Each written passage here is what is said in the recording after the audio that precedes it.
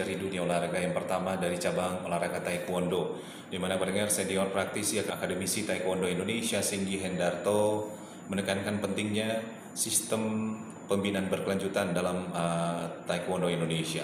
Kompetisi rutin seperti Piala KONI ya, Liga Pelajar jadi batu loncatan, dan praktisi ini menyoroti perlunya koordinasi antar instansi untuk menghindari tumpang tindih program. Liga mahasiswa yang baru diluncurkan juga menjadi sarana penting bagi atlet taekwondo. Banyak para atlet berbakat yang tetap melanjutkan pendidikan sambil berlatih secara profesional. Pomnas di Solo akan jadi ajang penting untuk pemetaan bakat, dan event ini nanti menjadi kesempatan emas juga untuk dapat memproyeksikan atlet-atlet menuju Olimpiade. Taekwondo termasuk salah satu cabang prioritas dalam program olahraga Olimpiade Indonesia, dan kesempatan ini tidak boleh disia-siakan dengan pembinaan yang tidak terarah.